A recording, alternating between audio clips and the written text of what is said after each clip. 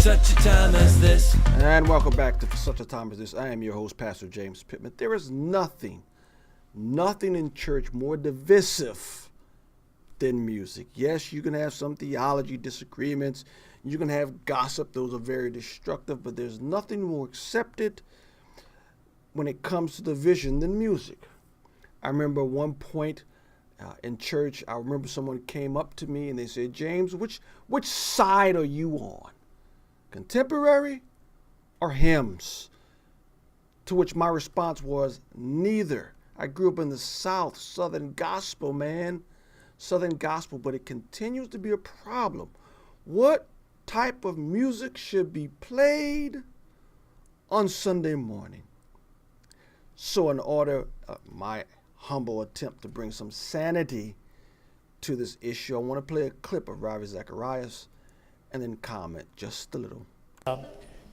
Andrew Fletcher, the Scottish political activist of the 18th century, said this: "Let me write the songs of a nation, I don't care who writes its laws." Let me write the songs of a nation, I don't care who writes its laws. Because he believed music and the songs could steer a whole generation of young people in a different direction, regardless of what the laws called for. Music is a very powerful instrument. Music will keep changing because tastes will fluctuate from generation to generation. John is absolutely right. Understand your audience and see what it is that the audience really will be engaged with in your music. If he's given you the gift of music, it's a remarkable gift. The thing about music is that it is the language of the soul. You can argue philosophically in many, many ways, but music brings the emotions into reality where you utter emotions that are expressing what you're really feeling. But music is very seductive, very seductive. It can make the means an end in itself. I've known people who took the means and it ultimately destroyed them, because music brings with it an artistic mind, and an artistic mind will sometimes float with emotions and aesthetics and not anchor it to reason and argument. You have to find middle ground. So don't let it become a God. Let it become a means to point people to God. So here's the point I want to make to you.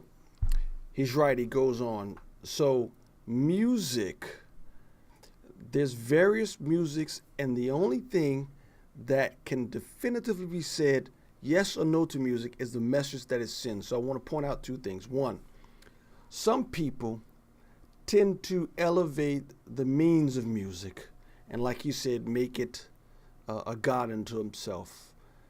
Those type of people say hymns only. And if you don't play hymns, then somehow you're ungodly. Well, I want to submit to you that David in the Old Testament did not play hymns. The apostles, I don't think they had hymns. Peter and Paul, they didn't have hymns. Hymns came along with Luther and his time. And if you do a quick study about Luther, go and study it. I was dumbfounded when I got it. When I learned this years ago, Luther wanted tunes that people could readily know and sing Christian songs to. So he went down to the local tavern and got the tunes from the local taverns. Yes, people, the genesis of hymns are bar tunes. So hymns, but I love hymns. It's the message.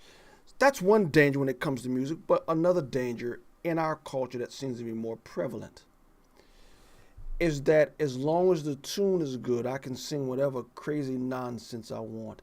And I see that Satan is getting his hooks in young people through music. Not only do you be very careful of the message that's put to tunes, but be careful who's putting out the tunes. There are a lot of quote-unquote ministries, good tunes, damnable theology.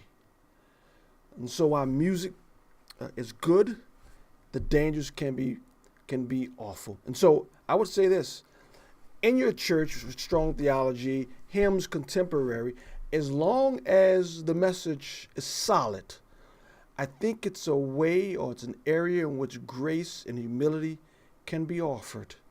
And a humble heart says, if older people in our congregation love hymns, let's play hymns sometime. That's what they enjoy.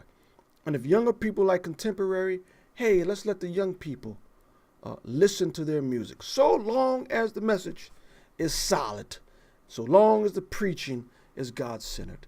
I think music is an area where a lot more grace and humility can be exercised among those with solid, good biblical theology and good messages and all types of songs.